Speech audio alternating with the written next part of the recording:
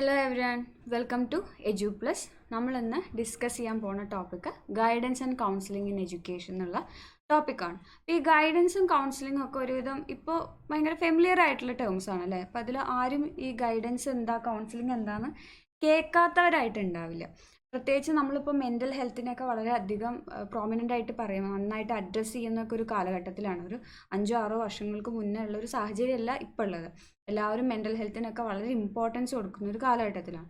അതുകൊണ്ട് തന്നെ ഇപ്പോൾ ഒരു കൗൺസിലിങ്ങിന് പോകാമെന്നൊക്കെ പറയണത് പണ്ടത്തെ മാതിരി, ഇപ്പോൾ ഒരു 5-6 വർഷങ്ങൾക്ക് മുന്നേ ഉള്ള മാതിരി ഒരു സ്ട്രെയിഞ്ച് ആയിട്ടുള്ളൊരു കാര്യമായിട്ട് ഇപ്പോൾ തോന്നില്ല. അപ്പോൾ ഗൈഡൻസും കൗൺസിലിങ്ങും നമുക്ക് ഫെമിലിയർ ആണ്. ഇനി അത് എഡ്യൂക്കേഷനിലേക്ക് വരുമ്പോൾ, നമ്മുടെ വിദ്യാഭ്യാസ മേഖലയിൽ വരുമ്പോൾ എങ്ങനെയാണ് ഈ ഗൈഡൻസും കൗൺസിലിങ്ങും ഒക്കെ, എന്തൊക്കെയാണ് അവർ ചെയ്യുന്നത്, എന്താണ് അവിടെ ഈ ഗൈഡൻസും കൗൺസിലിങ്ങും കൊണ്ട് ഉദ്ദേശിക്കുന്നത് എന്നുള്ളതൊക്കെയാണ് നമ്മൾ ഇന്ന് നോക്കാൻ പോകുന്നത്. അപ്പോൾ ആദ്യം പറയുന്നത് ഗൈഡൻസ് എന്താണെന്നുള്ളതാണ്. ഗൈഡൻസ് എന്താണെന്നാണ് നമ്മൾ ആദ്യം പറയാൻ പോകുന്നത്. Guidance is assistance provided by trained individuals to help individuals of any age manage life activities, make decisions and develop their own perspectives എന്നുള്ളതാണ്.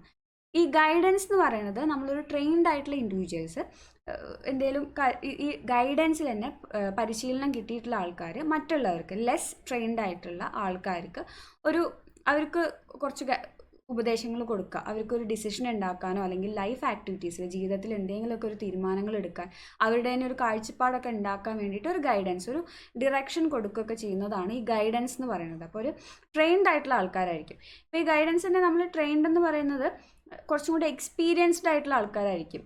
ചില ഏരിയകളിലൊക്കെ നമ്മളിപ്പോൾ നമ്മളെക്കാൾ മുതിർന്ന ആൾക്കാരുണ്ടല്ലോ, ഒരു കാര്യം ചെയ്ത് ഇപ്പോൾ പരിശീലനം കിട്ടിയിട്ടുള്ളവരെ നമ്മളൊരു ഉപദേശം ചോദിക്കില്ലേ ഒരു കാര്യം ചെയ്യുമ്പോൾ. ഇപ്പോൾ ഡ്രൈവിങ് പഠിക്കുകയാണെന്നുണ്ടെങ്കിൽ ഡ്രൈവ് ചെയ്തിട്ട് പരിശീലനം, അത് ട്രെയിൻഡ് ആയിട്ടുള്ള ആൾക്കാർ, നല്ല പരിചയമുള്ള ആൾക്കാരുണ്ടാവുമല്ലോ നമ്മുടെ വീട്ടിൽ തന്നെ. ഇപ്പോൾ മുതിർന്ന ആരെങ്കിലും ഒക്കെ നന്നായിട്ട് ഡ്രൈവ് ചെയ്യുന്നവരുണ്ടെങ്കിൽ നമ്മൾ ചോദിക്കും ഇത് എന്താ അങ്ങനെ ചെയ്യണേ, ഇത് എന്താ അങ്ങനെ ചെയ്യണം എന്നുള്ള കാര്യങ്ങളൊക്കെ ചോദിച്ച് മനസ്സിലാക്കില്ല. അപ്പോൾ ഒരു കാര്യം നമുക്ക് എക്സ്പ്ലെയിൻ ചെയ്ത് തരും. അതൊക്കെ ഒരു തരത്തിലുള്ള ഗൈഡൻസിൽ പെടുന്നതാണ്. ഇപ്പോൾ ഒരു കറി വെക്കുമ്പോൾ നമുക്ക് അമ്മമാർ നമുക്ക് പറഞ്ഞു തരുന്നത് കാര്യങ്ങളൊക്കെ ഒരു തരത്തിലുള്ള ഗൈഡൻസ്. അപ്പോൾ നമുക്കൊരു എന്തെങ്കിലും ഒരു കാര്യത്തിൽ ഒരു ഡിസിഷൻ ഉണ്ടാക്കാൻ, നമ്മുടെ ഒരു പേഴ്സ്പെക്റ്റീവ് ഒക്കെ ഡെവലപ്പ് ചെയ്ത് വരാനൊക്കെ നമുക്കൊരു സഹായം ചെയ്തു തരുന്ന, കുറച്ചും കൂടെ ട്രെയിൻഡ് ആയിട്ടുള്ള അവർ ചെയ്തു തരുന്ന ആ സഹായങ്ങളെയൊക്കെയാണ് നമ്മൾ എന്ത് പറയുക, ഗൈഡൻസ് എന്ന് പറയാം.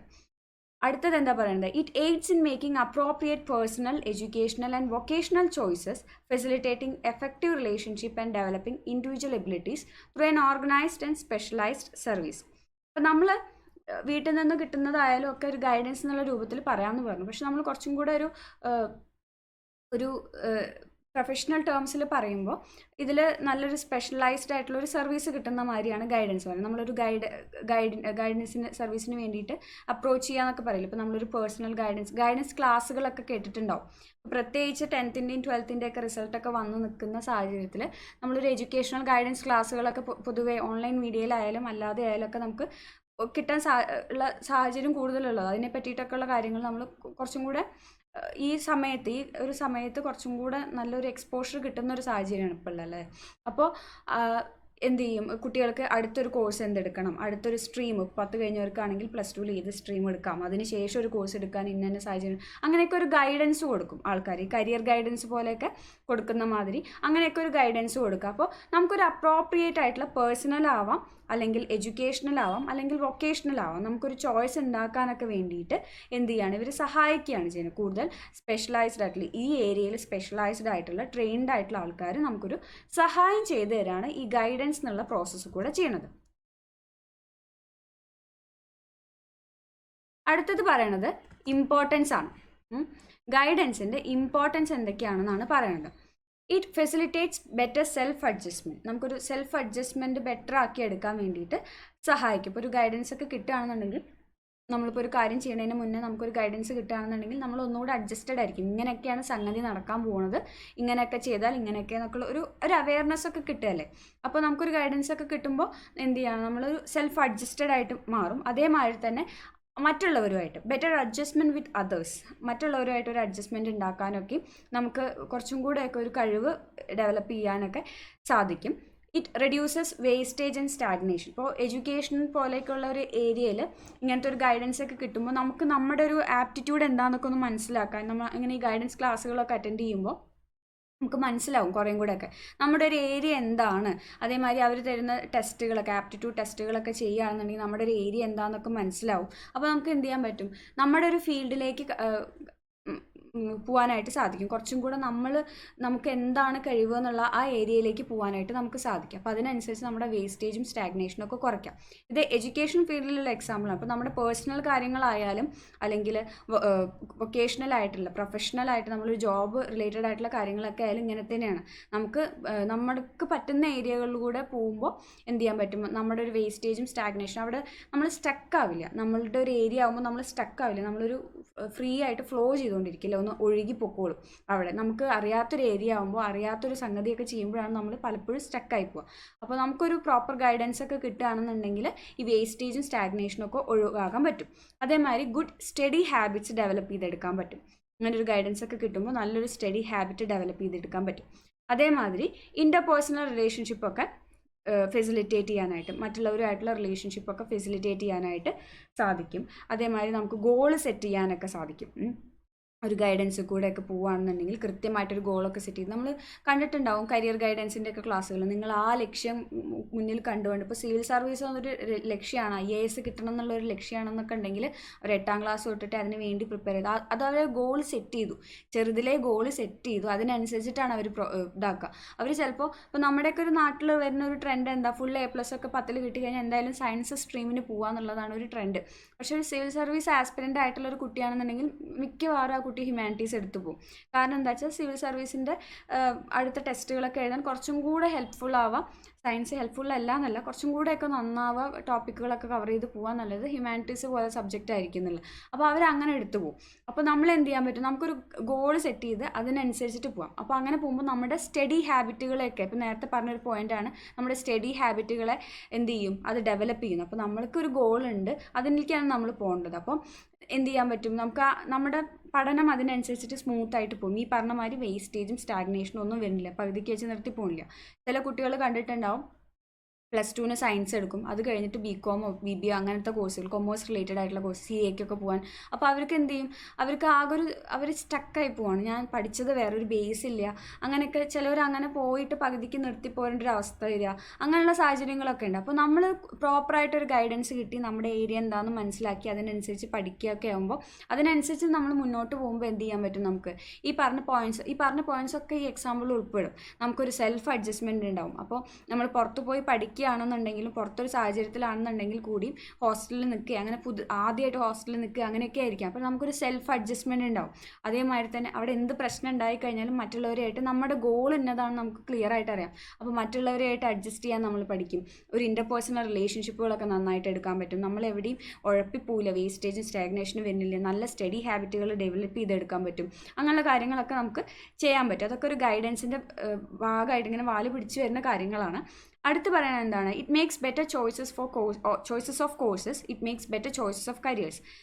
കോഴ്സസിൻ്റെ ആയാലും കരിയറിൻ്റെ ഒക്കെ ആയാലും ബെറ്റർ ചോയ്സസുകൾ ഉണ്ടാക്കാൻ ഈ ഗൈഡൻസുകൾ നമുക്ക് സഹായിക്കും. ഇങ്ങനെ ഒരു ഗൈഡൻസ് കിട്ടുകയാണെങ്കിൽ നമുക്ക് സഹായിക്കും. സോഷ്യൽ എഫിഷ്യൻസി ഒക്കെ പ്രൊമോട്ട് ചെയ്യും. അതേമാതിരി പേഴ്സണൽ പ്രോബ്ലംസ് സോൾവ് ചെയ്യാനായിട്ട് ഹെൽപ്പ് ചെയ്യും. വൊക്കേഷണൽ സോൾവ് എന്നാണ് അവിടെ ടൈപ്പ് ചെയ്തതിൽ മിസ്റ്റേക്കാണ്. വൊക്കേഷണൽ പ്രോബ്ലംസ് സോൾവ് ചെയ്യാനായിട്ട് ഹെൽപ്പ് ചെയ്യും. അതേമാതിരി തന്നെ എഡ്യൂക്കേഷണൽ റിലേറ്റഡ് ആയിട്ടുള്ള പ്രോബ്ലംസ് ഒക്കെ സോൾവ് ചെയ്യാനായിട്ട് ഈ ഗൈഡൻസ് നമ്മളെ സഹായിക്കും. ഇപ്പോൾ ഈ പറഞ്ഞ മാതിരി തന്നെ പ്രോപ്പർ ഗൈഡൻസ് കിട്ടിക്കഴിഞ്ഞാൽ നമുക്ക് എന്ത് ചെയ്യാൻ പറ്റും, കുറേയൊക്കെ കാര്യങ്ങൾ നമ്മൾ പിന്നൊക്കെ എന്താണ്, ഓരോ സമയത്ത് നമുക്ക് വന്നു ചേരുന്ന സാഹചര്യങ്ങൾക്കനുസരിച്ച് ജീവിതത്തിൽ ഉണ്ടാവുന്ന കാര്യങ്ങളാണ്, അതിനെ നമുക്കൊന്നും ചെയ്യാൻ പറ്റില്ല. അതിനനുസരിച്ച് നമ്മളെ പാകപ്പെടുത്തി എടുക്കുക എന്നുള്ളൊരു കാര്യമുണ്ട്. അത് ഗൈഡൻസിൽ കൂടെയൊക്കെ നമുക്ക് എന്ത് ചെയ്യാൻ പറ്റും, കുറേയൊക്കെ എക്സ്പീരിയൻസ്ഡ് ആയിട്ടുള്ള ട്രെയിൻഡ് ആയിട്ടുള്ള ആൾക്കാർ കൂടെ നമ്മൾ സംസാരിക്കുമ്പോൾ അവരുടെയൊക്കെ ഒരു കൂട്ടത്തിൽ ഇങ്ങനെ ഒരു ഷെയറിങ് കിട്ടുമ്പോൾ, ഇൻഫർമേഷൻ ഷെയറിംഗ് ഒക്കെ കിട്ടുമ്പോൾ നമുക്ക് എന്ത് ചെയ്യാൻ പറ്റും, നമുക്ക് ഒരു സെൽഫ് അഡ്ജസ്റ്റഡ് ആയിട്ടുള്ള, നമുക്ക് കുറച്ചും കൂടെയൊക്കെ നമ്മളെ ഒന്ന് ട്യൂൺ ചെയ്തെടുക്കാനൊക്കെ ആയിട്ട് സാധിക്കും. നമ്മുടെ സാഹചര്യങ്ങളായിട്ട് അഡ്ജസ്റ്റ് ചെയ്ത് പോകാനൊക്കെ ആയിട്ട് നമുക്കൊരു പ്രാപ്തി ഉണ്ടാക്കാനൊക്കെ ആയിട്ട് സാധിക്കും. ഇതാണ് ഇമ്പോർട്ടൻസിൽ പറയുന്നത്. അടുത്തതാണ് ക്യാരക്ടറിസ്റ്റിക്സിൽ പറയുന്നത്, ഗൈഡൻസ് ഒരു കണ്ടിന്യൂസ് ആയിട്ടുള്ള പ്രോസസ്സാണ്, അതിനെ ത്രൂ ഔട്ടായിട്ട് നടക്കുന്നതാണ്. ഇപ്പോൾ നമ്മൾ ഒരു കോഴ്സ് കഴിഞ്ഞു അടുത്ത കോഴ്സിലേക്ക് കടക്കാൻ ഒരു ഗൈഡൻസ് തരിക, അല്ലെങ്കിൽ ഒരു ജോബിൻ്റെ ഒരു പ്രൊമോഷൻ കിട്ടണമെങ്കിൽ, അല്ലെങ്കിൽ ഒരു ജോബ് കിട്ടണമെങ്കിലുള്ളൊരു ഗൈഡൻസ്, അങ്ങനെയല്ല. ഗൈഡൻസ് ത്രൂ ഔട്ടായിട്ട് നമുക്കൊരു കണ്ടിന്യൂസ് ആയിട്ട് വേണ്ടിയിട്ടുള്ള ഒരു പ്രോസസ്സാണ്. എല്ലാ സ്റ്റേജിലും, നമ്മുടെ ലൈഫിൽ എല്ലാ സ്റ്റേജിലും നമുക്കൊരു ഗൈഡൻസ് വേണം നമ്മൾ എപ്പോഴും ആഗ്രഹിക്കുന്നതാണ് അല്ലേ. അപ്പോൾ നമ്മളിപ്പോൾ BEdൻ്റെ തന്നെ ക്ലാസ് എടുക്കുമ്പോൾ നമുക്ക് ടീച്ചറുണ്ട്, നിങ്ങളെക്കാൾ മുന്നേ പഠിച്ചു പോയിട്ടുള്ളൊരു ടീച്ചർ, മുന്നേ അതിൽ കുറച്ചും കൂടി എക്സ്പേർട്ട് ആയിട്ടുള്ള ഒരാൾ, അതിനിങ്ങനെയൊക്കെ പഠിക്കാം, നിങ്ങൾക്ക് പരീക്ഷയ്ക്ക് ഇങ്ങനെയൊക്കെ എഴുതാം, നിങ്ങൾക്കൊരു ഗൈഡൻസ് തരികയാണ്, നിങ്ങൾക്കൊരു വഴി കാട്ടി തരികയാണ് അല്ലേ. പിന്നെ അതെന്തായിരിക്കും, ഒരു സ്ലോ പ്രോസസ് ആയിരിക്കും. ഗൈഡൻസ് എന്ന് പറഞ്ഞാൽ നമ്മളിപ്പോൾ ഇന്നൊരാൾ പറഞ്ഞൊരു കാര്യം പറഞ്ഞു അതിനനുസരിച്ച് ചെയ്താൽ നാളെ റിസൾട്ട് ഉണ്ടാവുക, അങ്ങനെയല്ല, ഒരു സ്ലോ പ്രോസസ്സായിരിക്കും ഇത്. It is related to the complete development of people. കുട്ടികളുടെ കംപ്ലീറ്റ് ആയിട്ടുള്ള ഡെവലപ്മെൻറ്റിന് വേണ്ടിയിട്ട് അതുമായിട്ട് റിലേറ്റ് ചെയ്തിട്ടുള്ള ഒരു പരിപാടിയാണ് ഈ ഗൈഡൻസ് എന്ന് പറയുന്നത്. ഒരു ഓർഗനൈസ്ഡ് ആയിട്ടുള്ള സർവീസ് ആയിരിക്കും എപ്പോഴും. നമ്മളൊരു ഗൈഡൻസിന് ആയിട്ട് ഒരാളുടെ അടുത്ത് ചെന്ന് കഴിഞ്ഞാൽ അതൊരു ഓർഗനൈസ്ഡ് ആയിരിക്കും. പിന്നെ വെറുതെ ഇങ്ങനെ കാഷ്വലായിട്ട് വർത്താനം പറയണ മാതിരിയല്ല. നമ്മളൊരു സ്പെഷ്യലൈസ്ഡ് ആയിട്ട് ട്രെയിൻഡ് ആയിട്ടുള്ള ഒരാളുടെ അടുത്ത് ചെല്ലുമ്പോൾ അതൊരു ഓർഗനൈസ്ഡ് ആയിരിക്കും. പിന്നെ അത് എല്ലാവർക്കും ചെയ്യാൻ പറ്റുന്ന കാര്യമാണ്. കുട്ടികൾക്ക് സ്കൂളിൽ പഠിക്കണം, അല്ലെങ്കിൽ എഡ്യൂക്കേഷനായിട്ടുള്ള കുട്ടികൾക്ക്, സ്റ്റുഡൻസിന് മാത്രമെന്നില്ല, ജോബ് ചെയ്യുന്നവർക്ക് മാത്രം അങ്ങനെയില്ല, എല്ലാവർക്കും നമുക്ക് എന്ത് ചെയ്യാം, ഗൈഡൻസ് സർവീസുകൾക്ക് സീക്ക് ചെയ്യാം. അവർക്ക് എല്ലാവർക്കും ആർക്ക് വേണമെങ്കിലും ഗൈഡൻസ് സർവീസുകൾക്ക് വേണ്ടിയിട്ട് പോകാനായിട്ട് പറ്റും. അതുമാതിരി ഇതൊരു സ്പെഷ്യലൈസ്ഡും ജനറലൈസ്ഡും ആയിട്ടുള്ള സർവീസസുകളാണ്. ഓൾ ടുഗെദർ നമ്മൾ എല്ലാവർക്കും വേണ്ടിയിട്ട് ഇങ്ങനെ ഇപ്പോൾ ഒരു കരിയർ ഗൈഡൻസ് കൊടുക്കുന്ന മാതിരി, എല്ലാവർക്കും വേണ്ടിയിട്ടും കൊടുക്കുന്ന മാതിരി. അതല്ലാതെ തന്നെ സ്പെഷ്യലൈസ്ഡ് ആയിട്ട് നമ്മൾ ഇൻഡിവിജ്വലൈസ്ഡ് ആയിട്ടൊക്കെ ചിലർക്ക് ചില പ്രശ്നങ്ങൾ മാത്രം ഉണ്ടാകും, അതിനെ മാത്രം ഫോക്കസ് ചെയ്തിട്ട് കൊടുക്കുന്ന മാതിരിയുള്ള രണ്ട് തരത്തിൽ നമുക്ക് ഗൈഡൻസിനെ പറയാം. സ്പെഷ്യലൈസ്ഡ് ആയിട്ടും ജനറലൈസ്ഡ് ആയിട്ടും നമുക്ക് ഗൈഡൻസിനെ പറയാനായിട്ട് സാധിക്കും. ഇപ്പോൾ ഇത്രയാണ് അതിൻ്റെ ക്യാരക്ടറിസ്റ്റിക്സിൽ വരുന്നത്. അടുത്ത് പറയുന്നത് ടൈപ്സ് ഓഫ് ഗൈഡൻസ് ആണ്. പേഴ്സണൽ ഗൈഡൻസ് ഉണ്ട്, എഡ്യൂക്കേഷണൽ ഗൈഡൻസ് ഉണ്ട്, വൊക്കേഷണൽ ഗൈഡൻസ് ഉണ്ട്. 3 ടൈപ്സാണ് മേജറായിട്ട് നമ്മൾ പറയുന്നത്. പേഴ്സണൽ ഗൈഡൻസ് എന്ന് പറഞ്ഞു കഴിഞ്ഞാൽ assistance to improve individuals adjustability with their environment, solve personal problems and enhance happiness and interpersonal relationships. ഇത് പേഴ്സണൽ ഗൈഡൻസ് പറഞ്ഞാൽ നമ്മുടെ സ്വന്തമായിട്ടുള്ള പേഴ്സണൽ വെൽബീയിങ്ങിന് വേണ്ടിയിട്ടുള്ളതാണ്. ഇപ്പോൾ നമ്മൾ പറഞ്ഞു മെൻ്റൽ ഹെൽത്തിനെയൊക്കെ വളരെയധികം നമ്മൾ അഡ്രസ്സ് ചെയ്യുന്ന ഒരു കാലഘട്ടത്തിലാണ് പോകുന്നത്. എല്ലാവരും പറയും. ഇപ്പോൾ നമ്മളിപ്പോൾ യൂട്യൂബിലൊക്കെ മോട്ടിവേഷൻ്റെ ഒക്കെ ഇതൊക്കെ എടുത്തു കഴിഞ്ഞാൽ നമ്മൾ പറയും പ്രയോറിറ്റൈസ് യുവർ സെൽഫ് എന്നൊക്കെ പറയും. നമ്മളെ തന്നെ നമ്മുടെ പ്രയോറിറ്റി ആയിട്ട് വയ്ക്കണം, നമ്മുടെ ഹാപ്പിനെസ്സിനാണ് നമ്മൾ ഇമ്പോർട്ടൻസ് കൊടുക്കേണ്ടത്, മറ്റുള്ളവർ എന്ത് പറയുന്നുള്ള കാര്യം കേൾക്കരുത് എന്നൊക്കെ പറയില്ലേ. ഏതാണ്ട് അതൊക്കെ മാറി തന്നെ ഈ പേഴ്സണൽ ഗൈഡൻസിൻ്റെ കാര്യം. നമ്മൾ എന്ത് ചെയ്യണം, നമ്മുടെ ഹാപ്പിനെസ്സിന് വേണ്ടിയിട്ട് ജീവിക്കുക. അതിനനുസരിച്ചിട്ട് എന്ത് ചെയ്യണം, നമ്മുടെ ഹാപ്പിനെസ്സിന് വേണ്ടിയിട്ട് നമുക്ക് നമ്മുടെ ചുറ്റുപാടും മൊത്തമായിട്ട് മാറ്റിമറിക്കാനൊന്നും സാധിക്കില്ല. നമ്മുടെ അപ്പുറത്തിരിക്കുന്ന ആൾ അയാളുടെ ഒരു ഇഷ്ടത്തിനാണ് അയാളുടെ സ്വഭാവം നടക്കുള്ളൂ അല്ലേ. അയാൾ പെരുമാറുക അയാളുടെ ഇഷ്ടത്തിനാണ്. നമുക്കൊരു നല്ലത് വേണമെന്ന് വിചാരിച്ചിട്ട് അതിനനുസരിച്ചിട്ട് അയാൾ പെരുമാറിക്കൊള്ളുന്നില്ല. അപ്പോൾ എന്ത് ചെയ്യണം, നമുക്ക് അതിനനുസരിച്ചിട്ട് അഡ്ജസ്റ്റ് ചെയ്യാനുള്ളൊരു അങ്ങനെയുള്ള ഡെവലപ്മെൻറ്റൽ സ്കില്ല്, അങ്ങനത്തെ സ്കില്ലുകളൊക്കെ ഡെവലപ്പ് ചെയ്യാനൊക്കെ ആയിട്ട് ഈ പേഴ്സണൽ ഗൈഡൻസുകൾ സഹായിക്കും. ഒരു ഇൻ്റർപേഴ്സണൽ റിലേഷൻഷിപ്പൊക്കെ ഡെവലപ്പ് ചെയ്തെടുക്കുക, നന്നായിട്ട് ഡെവലപ്പ് ചെയ്തെടുക്കുക. അതല്ലാതെ നമുക്ക് ഇഷ്ടമില്ലാത്തത് ചെയ്തവരൊക്കെ ദേഷ്യം പിടിച്ചിട്ട് അവരോടൊക്കെ ദേഷ്യം പിടിച്ച് നമ്മൾ ദേഷ്യം പിടിച്ച് സ്ട്രെസ്സായിട്ട് അങ്ങനെ ഇരിക്കുകയല്ല. അങ്ങനെയുള്ള സാഹചര്യങ്ങൾ നമ്മൾ എന്തൊക്കെ ചെയ്യണം, നമ്മുടെ ഇമോഷണൽ ആൻഡ് മെൻ്റൽ ഹെൽത്തിന് വേണ്ടിയിട്ട് എന്തൊക്കെ ചെയ്യണം എന്നുള്ള കാര്യങ്ങളൊക്കെ പറഞ്ഞ് മനസ്സിലാക്കി തരുന്നതാണ് എന്ത് ഈ പേഴ്സണൽ ഗൈഡൻസ് എന്ന് പറയുന്നത്. നമ്മുടെ ഒരു ഓവറോൾ ഇമോഷണൽ മെൻ്റൽ ആൻഡ് ഹെൽത്തിനൊക്കെ വേണ്ടിയിട്ട്, ഒരു സാറ്റിസ്ഫാക്ഷൻ ഹാപ്പിനെസ്സിനൊക്കെ വേണ്ടിയിട്ടാണ് നമ്മൾ ഈ പേഴ്സണൽ ഗൈഡൻസിന് പോവാം. അടുത്തതാണ് എഡ്യൂക്കേഷണൽ ഗൈഡൻസ്. എഡ്യൂക്കേഷണൽ ഗൈഡൻസ് എന്ന് പറയുന്നത് assistance for students in choosing course of study, educational institutions, overcoming and academic difficulties and fostering learning. കുട്ടികൾക്ക് വേണ്ടിയിട്ടുള്ളതാണ് ഈ എഡ്യൂക്കേഷണൽ, സ്റ്റുഡൻസിന് വേണ്ടിയിട്ടുള്ളതാണ് എഡ്യൂക്കേഷണൽ ഗൈഡൻസ് എന്ന് പറയുന്നത്. ഇപ്പോൾ നമ്മൾ പറഞ്ഞ മാതിരി തന്നെ 10ാം ക്ലാസ്സൊക്കെ കഴിഞ്ഞു, +2 ഒക്കെ കഴിഞ്ഞു, റിസൾട്ടൊക്കെ വന്നിരിക്കുകയാണ്. അപ്പോൾ 10 കഴിഞ്ഞാൽ നമുക്ക് ഏത് കോഴ്സ് എടുക്കണം. ചിലവർക്ക് 10ൽ മാർക്കൊക്കെ അനുസരിച്ചിട്ട് ചിലപ്പോൾ സയൻസ് എടുത്ത് പോയി കഴിഞ്ഞാൽ അങ്ങനെ ഒരു പ്രൊഫഷണൽ കോഴ്സ്, ചിലപ്പോൾ വേണമെങ്കിൽ മെഡിസിൻ ആയിരിക്കും, അല്ലെങ്കിൽ B.Pharm പോലെ അങ്ങനെ ഒരു പ്രൊഫഷണൽ കോഴ്സിന് പോകാം. ബയോളജിക്കൊക്കെ നല്ല മാർക്കുള്ള കുട്ടിയാണെങ്കിൽ അങ്ങനെ ഒരു ഏരിയ ചൂസ് ചെയ്യാന്നൊക്കെ ഉള്ള രീതിയിൽ പോകാം.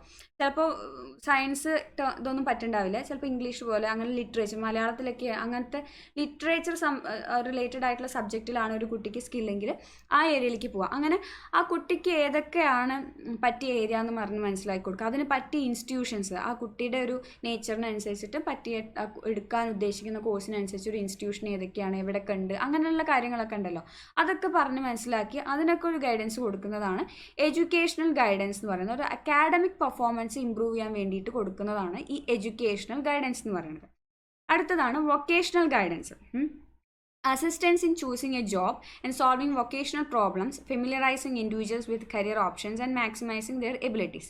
ഈ പറഞ്ഞ മാതിരി തന്നെ പേഴ്സണലും എഡ്യൂക്കേഷണലും ഗൈഡൻസ് പറഞ്ഞ മാതിരി തന്നെ വൊക്കേഷണൽ ആയിട്ടുള്ള എബിലിറ്റീസ് കൂട്ടാൻ വേണ്ടിയിട്ട്, നമുക്കൊരു ജോബ് കിട്ടാൻ വേണ്ടിയിട്ട് അല്ലെങ്കിൽ ഒരു ജോബ് സെലക്ട് ചെയ്യാൻ വേണ്ടിയിട്ട് ഇതിനൊക്കെ നമ്മളെ സഹായിക്കുന്ന ഒരു ഗൈഡൻസ് ആണ് വൊക്കേഷണൽ ഗൈഡൻസ്. ഇപ്പോൾ ജോബ് കിട്ടിക്കഴിഞ്ഞാൽ തന്നെ അവിടുത്തെ പ്രോബ്ലംസ് സോൾവ് ചെയ്യാൻ വേണ്ടിയിട്ട്, അവിടുത്തെ ആൾക്കാരുമായിട്ടുള്ളൊരു ഇൻ്റർപേഴ്സണൽ റിലേഷൻഷിപ്പ് ഡെവലപ്പ് ചെയ്യാൻ വേണ്ടിയിട്ട്, അങ്ങനെയൊക്കെയുള്ള നമ്മുടെ ആ ജോബിലുള്ള നമ്മുടെ ഒരു എബിലിറ്റി ഡെവലപ്പ് ചെയ്യാൻ വേണ്ടിയിട്ടൊക്കെ ചെയ്യുന്നതാണ് ഈ വൊക്കേഷണൽ ഗൈഡൻസ് എന്ന് പറയുന്നത്. അപ്പോൾ 3 തരത്തിലുള്ള ഗൈഡൻസ് ആണല്ലോ. പേഴ്സണൽ ഗൈഡൻസ് നമ്മുടെ ഒരു മെൻ്റൽ ഹെൽത്ത്, ഹാപ്പിനെസ്സിനൊക്കെ ഡെവലപ്പ് ചെയ്യാൻ, അതൊക്കെ നല്ല രീതിയിൽ സ്റ്റേബിളായിട്ട് കൊണ്ടുപോകാൻ വേണ്ടിയിട്ടുള്ളതാണ് ഈ പേഴ്സണൽ ഗൈഡൻസ്. എഡ്യൂക്കേഷണൽ ഗൈഡൻസ് എന്ന് പറഞ്ഞാൽ അക്കാഡമിക് ആയിട്ട് നമുക്ക് തരുന്ന ഗൈഡൻസുകളാണ്. ഏത് കോഴ്സിന് ചേരണം, എവിടെ ചേരണം, ഏതൊക്കെയാണ് നിങ്ങൾക്ക് പറ്റുക എന്നുള്ള കാര്യങ്ങളൊക്കെ പറഞ്ഞു തരുന്നതാണ് ഈ എഡ്യൂക്കേഷണൽ ഗൈഡൻസ്. വൊക്കേഷണൽ ഗൈഡൻസ് നിങ്ങൾക്ക് ഏതൊക്കെ തരത്തിലുള്ള ജോലി ചെയ്യാൻ പറ്റും, നിങ്ങൾക്ക് ഏതൊക്കെ തരത്തിൽ എവിടെയൊക്കെ അപ്ലൈ ചെയ്യാം, ഏതൊക്കെ ചെയ്യാം, ഇന്നുള്ള അങ്ങനത്തെ കാര്യങ്ങളൊക്കെ പറഞ്ഞു തരുന്നതാണ് വൊക്കേഷണൽ ഗൈഡൻസ്. ഇപ്പോൾ ഒരു പ്രൊമോഷൻ കിട്ടണമെന്നുണ്ടെങ്കിൽ എങ്ങനെയൊക്കെ വേണം എന്നൊക്കെയുള്ള കാര്യങ്ങൾ, അങ്ങനെ നമ്മൾ ചെയ്യുന്ന ജോലിയിൽ തന്നെ എക്സൽ ചെയ്യണമെങ്കിൽ എന്തൊക്കെ ചെയ്യണം, അങ്ങനെയുള്ള കാര്യങ്ങളൊക്കെ പറഞ്ഞു തരുന്നതാണ് വൊക്കേഷണൽ ഗൈഡൻസ് എന്ന് പറയുന്നത്. അടുത്തത് ഗൈഡൻസ് സെൽ ഇൻ സ്കൂളാണ്. ഇത് പറയുന്നത് നമ്മുടെ സ്കൂളിൽ ഇപ്പോൾ ഒട്ടുമിക്ക എല്ലാ സ്കൂളിലും ഉണ്ട് ഗൈഡൻസ് സെല്ലുകളൊക്കെ ഉണ്ട്.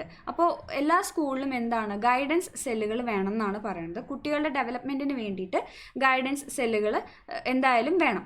ആ ഗൈഡൻസ് സെല്ലിൽ ഒരു കൗൺസിലിംഗ് ടീച്ചർ, ഒരു കൗൺസിലറുടെയൊക്കെ പോസ്റ്റ് ഇപ്പോൾ സ്കൂളുകളിലുണ്ട്. ഒരു കൗൺസിലർ ടീച്ചർ വേണം. കുട്ടികൾക്കുള്ള സപ്പോർട്ടിന് വേണ്ടിയിട്ട്, കുട്ടികളെ ഹെൽപ്പ് ചെയ്യാൻ വേണ്ടിയിട്ട് ഒരു കൗൺസിലർ ടീച്ചർ വേണം. ഈ ടീച്ചർ നമ്മുടെ മറ്റ് ടീച്ചേഴ്സ് ഉണ്ടല്ലോ, നോർമലായിട്ടുള്ള സബ്ജക്ട് ടീച്ചേഴ്സ് ഉണ്ടല്ലോ, അവരൊക്കെ ആയിട്ട് നല്ലൊരു ടേംസിലാണ് വേണ്ടത്. അവരായിട്ട് ഇൻട്രാക്ട് ചെയ്യണം.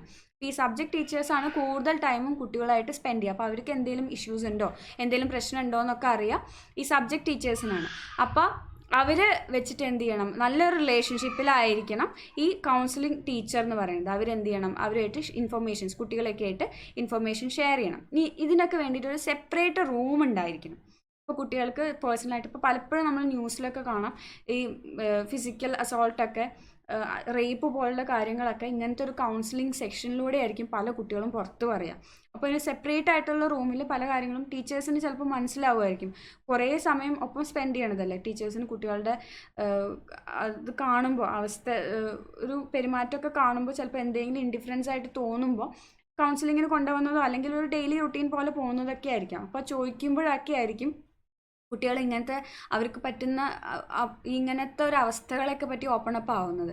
ആ കാര്യങ്ങളൊക്കെ അവരെങ്ങനെയാണ് ഇപ്പോൾ പറയണത്, ഒരു ആൾക്കൂട്ടത്തിലിടയിൽ ഇരുന്നിട്ടാണ് ഇങ്ങനെ ചോദിക്കലും പറയലും ഒരു സംസാരം നടക്കുന്നെങ്കിൽ ഒരിക്കലും കുട്ടികൾ അങ്ങനത്തെ കാര്യങ്ങളൊന്നും തുറന്ന് പറയില്ല. അപ്പോൾ അതിന് വേണ്ടിയിട്ട് ഒരു സെപ്പറേറ്റ് റൂം വേണം. കുട്ടികളുടെ കൺസൾട്ടേഷന് വേണ്ടിയിട്ട് അത് കോൺഫിഡൻഷ്യലായിട്ട് സൂക്ഷിക്കുന്നതിന് വേണ്ടിയിട്ട് ഒരു സെപ്പറേറ്റ് റൂം വേണം. അതേമാതിരി റെക്കോർഡൊക്കെ കീപ്പ് ചെയ്യാനൊക്കെ ആയിട്ട് ഒരു സെപ്പറേറ്റ് റൂം വേണം നമ്മുടെ ഗൈഡൻസ് സെല്ലിന്. അതായത് സ്കൂളിലൊരു ഗൈഡൻസ് സെല്ല് ഉണ്ടാവും, അതിനൊരു പ്രത്യേകമായിട്ടുള്ളൊരു റൂം തന്നെ വേണം. അതേമാതിരി നമ്മൾ കുട്ടികളുടെ ആവശ്യങ്ങൾ ഒക്കെ അഡ്രസ്സ് ചെയ്യാൻ വേണ്ടിയിട്ട് ഒരു പ്രത്യേകമായിട്ടുള്ള ആക്ടിവിറ്റീസൊക്കെ പ്ലാൻ ചെയ്ത് ഇംപ്ലിമെൻറ്റ് ചെയ്യേണ്ടതായിട്ടുള്ളൊരു ആവശ്യമുണ്ട്. അതേമാതിരി നമ്മുടെ ഹെഡ് ഓഫ് ദി ഇൻസ്റ്റിറ്റ്യൂഷൻ, ഇപ്പോൾ ഹെഡ് മാസ്റ്ററാണ്, പ്രിൻസിപ്പളാണ്, ആരാളുള്ളത് വെച്ചാൽ അവർ ഹെഡ് ഓഫ് ദി ഇൻസ്റ്റിറ്റ്യൂഷൻ എന്ത് ചെയ്യണം, ഗൈഡൻസ് സെല്ലിൻ്റെ പ്രോഗ്രസ് കൃത്യമായിട്ട് മോണിറ്റർ ചെയ്യണം. എന്താണ് ഗൈഡൻസ് സെല്ലിൻ്റെ കീഴിൽ നമ്മുടെ കൗൺസിലിംഗ് ടീച്ചർ എന്തൊക്കെയാണ് ചെയ്യണം എന്നുള്ള കാര്യമൊക്കെ കൃത്യമായിട്ട് മോണിറ്റർ ചെയ്യണം. ഇനി എന്തൊക്കെയാണ് അവർക്ക് എന്തെങ്കിലും അഡീഷണൽ ആയിട്ടുള്ള ഒരു ഫെസിലിറ്റി കൊടുക്കണം എന്നുണ്ടെങ്കിലൊക്കെ അതൊക്കെ ചെയ്തു കൊടുക്കുക, അങ്ങനെയുള്ള കാര്യങ്ങളൊക്കെ ചെയ്യുക. അതേമാതിരി എന്താണ് അവിടെ നടക്കുക, ഇപ്പോൾ data collection, analysis, interpretation, diagnosis, അങ്ങനെയുള്ള കാര്യങ്ങളൊക്കെ ഉണ്ടല്ലോ. കുട്ടികളെ പറ്റിയിട്ടുള്ള ഈ കൗൺസിലിംഗ് സെഷൻ നടക്കുമ്പോൾ അവരെ പറ്റിയിട്ടുള്ള ഡാറ്റ കളക്ട് ചെയ്യും, അത് അനാലിസിസ് ചെയ്യും. അതൊക്കെ ഈ ഫോളോ അപ്പും ഇവാലുവേഷനും ഒക്കെ കൃത്യമായിട്ട് നടക്കുന്നുണ്ട്. കുട്ടികളുടെ കാര്യങ്ങളൊക്കെ കൃത്യമായിട്ട് ഈ കൗൺസിലിംഗ് ടീച്ചർ ചെയ്യുന്നുണ്ടോ എന്നുള്ളൊക്കെ ഒരു ഹെഡ് ഓഫ് ദി ഇൻസ്റ്റിറ്റ്യൂഷൻ എന്ത് ചെയ്യണം, കൃത്യമായിട്ട് അത് മോണിറ്റർ ചെയ്യണം എന്നുള്ള കാര്യങ്ങളൊക്കെയാണ് ഇവിടെ പറയുന്നത്. അടുത്ത് പറയുന്നതാണ് കൗൺസിലിംഗ്. കൗൺസിലിംഗ് ഗൈഡൻസുമായിട്ട് ബന്ധപ്പെട്ട് തന്നെയാണ്. പക്ഷെ ഇവിടെ എന്താ വെച്ചാൽ ഗൈഡൻസ് കുറച്ചും കൂടെ പെരിഫറൽ ആയിട്ടുള്ള കാര്യങ്ങളാണ്, കുറച്ചും കൂടെ പുറമേയുള്ള കാര്യങ്ങളൊക്കെയാണ് പറയുന്നുണ്ടെങ്കിൽ കൗൺസിലിംഗ് കുറച്ചും കൂടി ഇൻഡെപ്ത് ആയിട്ടുള്ള കാര്യങ്ങളായിരിക്കും. നമ്മുടെ ഇമോഷണൽ ആയിട്ടുള്ള അങ്ങനെയുള്ള കാര്യങ്ങളൊക്കെ, ഇമോഷണൽ ഹീലിങ്ങിനൊക്കെ വേണ്ടിയിട്ടാണ് നമ്മൾ എന്ത് ചെയ്യുക, കൂടുതലായിട്ടൊരു കൗൺസിലിംഗ് സെഷനൊക്കെ പോവുക. കൂടുതലായിട്ടും ഉള്ളിലേക്ക് ഉള്ള കാര്യങ്ങളെ അഡ്രസ്സ് ചെയ്യാനും അതിന് നമുക്ക് മാനസികമായിട്ട് ഭയങ്കര വിഷമമുള്ളപ്പോൾ നമ്മൾ എന്ത് ചെയ്യുക പറയുക, ഒരു ഗൈഡൻസ് ക്ലാസ്സിനല്ല പോവുക, ഒരു കൗൺസിലിങ്ങിനാണ് പോവുക അല്ലേ. അപ്പോൾ ഒരു ഡിപ്രഷൻ സ്റ്റേറ്റിലൊക്കെ നിൽക്കുമ്പോൾ നമ്മൾ കൗൺസിലിങ്ങിനാണ് പോവുക. അപ്പോൾ അത് തന്നെയാണ് തമ്മിലുള്ള രണ്ട് വ്യത്യാസം. ഗൈഡൻസ് എന്ന് പറഞ്ഞാൽ നമ്മൾക്ക് വലിയ വിഷമമോ ഇമോഷണൽ ആയിട്ടുള്ള ഡിസ്റ്റർബൻസോ ഉണ്ടാവണം നിർബന്ധമൊന്നുമില്ല. നമ്മളിപ്പോൾ ഈ പറഞ്ഞ മാതിരി തന്നെ ഒരു കോഴ്സ് കഴിഞ്ഞു, ഇനി അടുത്ത് എന്ത് ചെയ്യണം എന്ന് അറിയാൻ വേണ്ടിയിട്ട് നമുക്ക് ഗൈഡൻസിന് പോകാം. പക്ഷെ കൗൺസിലിംഗ് എന്ന് പറഞ്ഞു കഴിഞ്ഞാൽ നമുക്കൊരു കോഴ്സിന് ചേർന്ന് അവിടെ ഒരു റാങ്കിങ് പോലെയൊക്കെ നമുക്കൊരു ഒരു അനുഭവം ഉണ്ടാവുകയാണെന്നുണ്ടെങ്കിൽ അതിന് നമുക്ക് മാനസികമായിട്ട് ഭയങ്കര ബുദ്ധിമുട്ട് ഉണ്ടാവുകയാണെങ്കിൽ നമ്മളൊരു കൗൺസിലറുടെ അടുത്ത് പോകും, ഒരു കൗൺസിലിംഗ് സെഷൻ അറ്റൻഡ് ചെയ്യാനൊക്കെ ആയിട്ട് പോകും. ഇതാണ് രണ്ടും തമ്മിലുള്ള വ്യത്യാസമായിട്ട് പറയുന്നത്. കൗൺസിലിംഗ് എന്ന് പറഞ്ഞു കഴിഞ്ഞാൽ counseling is a type of interaction in which the counselor and the counselee discuss the problem and in the process of which the counselor becomes able to solve his problem amicably himself. The force is on the self-direction and self-acceptance of the counseling. അപ്പോൾ counselling എന്ന് പറഞ്ഞാൽ കൗൺസിലറും counselling, ആരാണോ counselling കൊടുക്കുന്നത് അത് councillor, ആർക്കാണോ counselling വേണ്ടത് അത് കൗൺസിലി, അവർ തമ്മിലുള്ള ഒരു ഇൻട്രാക്ഷനാണ്. അപ്പോൾ എനിക്ക് എന്തെങ്കിലും മാനസികമായിട്ട് ബുദ്ധിമുട്ടുണ്ടെങ്കിൽ ഞാനൊരു കൗൺസിലറെ കാണാൻ പോവുകയാണ്, അദ്ദേഹത്തിനായിട്ട് ഞാൻ സംസാരിക്കും. അപ്പോൾ ഞങ്ങൾ തമ്മിലുള്ളൊരു ഇൻട്രാക്ഷനാണ്. അപ്പോൾ ഞങ്ങൾ അങ്ങനെ സംസാരിക്കുമ്പോൾ കൗൺസിലർ കുറച്ചും കൂടി എക്സ്പീരിയൻസ്ഡ് ആണ്, ട്രെയിൻഡ് ആയിട്ടുള്ള ആൾക്കാരായിരിക്കും. എങ്ങനെയൊക്കെയാണ് വളരെ സെൻസിറ്റീവ് ആയിട്ടുള്ള ഇമോഷൻസിനെയൊക്കെ ഡീൽ ചെയ്യേണ്ടതെന്നുള്ള കാര്യങ്ങളൊക്കെ പഠിച്ചിട്ടുള്ള അത് എക്സ്പീരിയൻസ്ഡ് ആയിട്ടുള്ള ആളാണ് കൗൺസിലർ. അപ്പോൾ അദ്ദേഹത്തിൻ്റെ ഒരു ഗൈഡൻസ് വെച്ചിട്ട് അദ്ദേഹം പറയുന്ന കാര്യങ്ങൾക്ക് അനുസരിച്ചിട്ട് ഞാൻ എൻ്റെ അടുത്ത കാര്യങ്ങളൊക്കെ ചെയ്യുകയാണ് ചെയ്യുന്നത്. അപ്പോൾ ഞങ്ങളുടെ ഒരു ഇൻട്രാക്ഷനാണ്, അതിനനുസരിച്ചിട്ട് എൻ്റെ ഒരു എനിക്ക് ബുദ്ധിമുട്ടുള്ള ആളായിട്ടുള്ള എനിക്കൊരു സൊല്യൂഷൻ കണ്ടെത്തുക. അത് ചിലപ്പോൾ കൗൺസിലറുടെ ഒരു ഗൈഡൻസ് വഴി ഞാൻ സ്വന്തമായിട്ട് തന്നെ ഒരു സൊല്യൂഷൻ കണ്ടെത്തുകയൊക്കെ ആയിരിക്കും. അങ്ങനെ ചെയ്യുന്നതിനാണ് നമ്മൾ കൗൺസിലിംഗ് എന്ന് പറയാം. ഇനി അതിനൊരു ഡെഫിനിഷൻ പറയുന്നുണ്ട്. In the words of G.C. Wren, counselling is A personal and dynamic relationship between two individuals. അത് ടു എന്നാണ്. The counselor and the counselee in order to solve the problems of the latter with mutual consideration of each other. അപ്പോൾ അത് നേരത്തെ പറഞ്ഞ മാതിരി തന്നെ കൗൺസിലിയുടെ problems solve ചെയ്യാൻ വേണ്ടിയിട്ട് കൗൺസിലറും കൗൺസിലിയും തമ്മിലുള്ള ഒരു മ്യൂച്വൽ ആയിട്ടുള്ള റിലേഷൻഷിപ്പ്, ഒരു ഡൈനാമിക് ആയിട്ടുള്ള റിലേഷൻഷിപ്പാണ്. അവർ തമ്മിലുള്ളൊരു അങ്ങോട്ടും ഇങ്ങോട്ടുള്ളൊരു കൊടുക്കൽ വാങ്ങൽ പോലെയുള്ള റിലേഷൻഷിപ്പാണ് ഈ കൗൺസിലിംഗ് എന്ന് പറയുന്നത്. അടുത്തത് ഈ കൗൺസിലിങ്ങിൻ്റെ ക്യാരക്ടറിസ്റ്റിക്സ് എന്തൊക്കെയാണെന്നുള്ളതാണ് പറയുന്നത്. It offers worthwhile experience to the learners. നല്ലൊരു എക്സ്പീരിയൻസ് ആണ് കൊടുക്കുന്നത് ലേണേഴ്സിന്. It is confidential interaction between the counsellor and the counselling. കൗൺസിലറും കൗൺസിലിംഗ് തമ്മിലുള്ള കോൺഫിഡൻഷ്യൽ ആയിട്ടുള്ള ഇൻട്രാക്ഷനാണ്. അതിൽ രണ്ടുപേര്, ആ സെഷനിൽ രണ്ടുപേര് തന്നെ ഉണ്ടാവുള്ളൂ, പുറത്തുനിന്ന് ആരെയും നമ്മൾ അഡ്മിറ്റ് ചെയ്യുന്നില്ല. അപ്പോൾ നമുക്ക് എന്ത് ചെയ്യാൻ പറ്റും, നമുക്ക് ഉള്ളിൽ തുറന്നിട്ട് സംസാരിക്കാനായിട്ട് പറ്റും. മറ്റൊരാൾ കേൾക്കുന്നില്ല, ഈ കൗൺസിലർ മാത്രമേ അത് കേൾക്കണുള്ളൂ. It is a relationship based on mutual confidence. Mutual confidence, നമ്മുടെ വിഷമങ്ങളൊക്കെ നമുക്കുണ്ടായ അനുഭവങ്ങളൊക്കെ മ്യൂച്വൽ ഒരു കോൺഫിഡൻസ് നമുക്കൊരു ഇതുണ്ടാവും.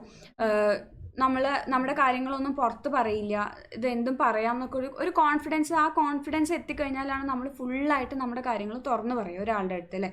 അപ്പോൾ അങ്ങനെ ഒരു മ്യൂച്വൽ കോൺഫിഡൻസിനെ ബേസ് ചെയ്തിട്ടുള്ള ഒരു റിലേഷൻഷിപ്പാണ്.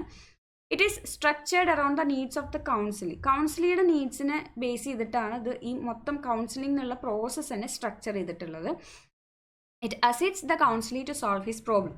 കൗൺസിലിക്ക്, അതായത് പ്രശ്നമുള്ള ആൾക്ക് അയാളുടെ പ്രശ്നത്തിനൊരു സൊല്യൂഷൻ കണ്ടെത്താൻ വേണ്ടിയിട്ടുള്ള ഒരു അസിസ്റ്റൻസ് കൊടുക്കുക, ഒരു സഹായം കൊടുക്കുക എന്നുള്ളതാണ് ഈ കൗൺസിലിംഗ് എന്നുള്ള പരിപാടി കൊണ്ട് ഉദ്ദേശിക്കുന്നത്. It requires trained personal, trained ആയിട്ടുള്ള ആളായിരിക്കണം. ഇപ്പോൾ നമ്മൾ അപ്രോച്ച് ചെയ്യുന്ന ഒരു കൗൺസിലർ ട്രെയിൻഡ് ആയിട്ടുള്ള ഒരു എഫിഷ്യൻ്റ് ആയിട്ടുള്ള ആളല്ലെങ്കിൽ ചിലപ്പോൾ നമ്മുടെ മാനസികാവസ്ഥ കൂടുതൽ വഷളാവുകയും ചെയ്യുക.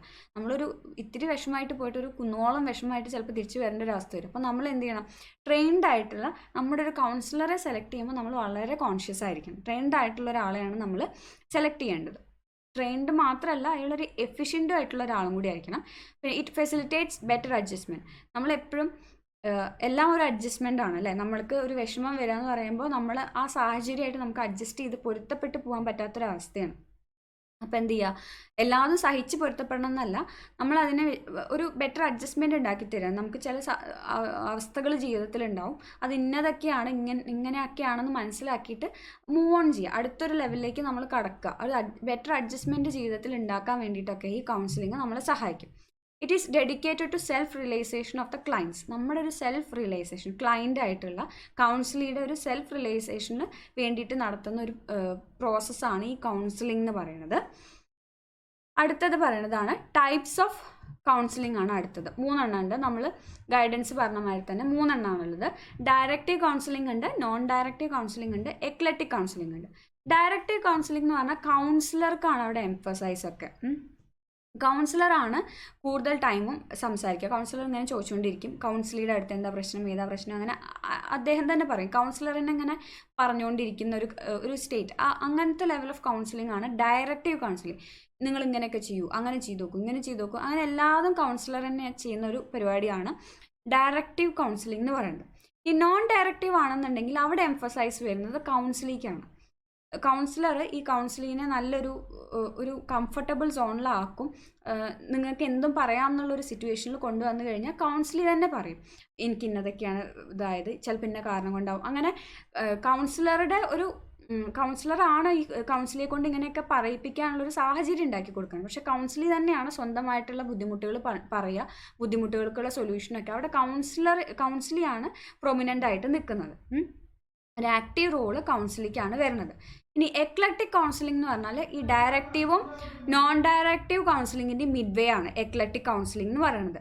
രണ്ടിൻ്റെ ഇടയിൽ വരുന്ന ഒരു കൗൺസിലിംഗ് ആണ്. അപ്പോൾ കൗൺസിലർ എന്ന് പറയുന്നത് ഡയറക്റ്റീവ് കൗൺസിലിങ്ങിലെ പോലെ ഭയങ്കര ആക്റ്റീവും ആയിരിക്കില്ല, നോൺ ഡയറക്റ്റീവ് കൗൺസിലിങ്ങിലെ പോലെ ഭയങ്കര പാസീവ് ആയിട്ടും ആയിരിക്കില്ല, ഇൻ ബിറ്റ്വീൻ ആയിട്ടാണ് നിൽക്കുക.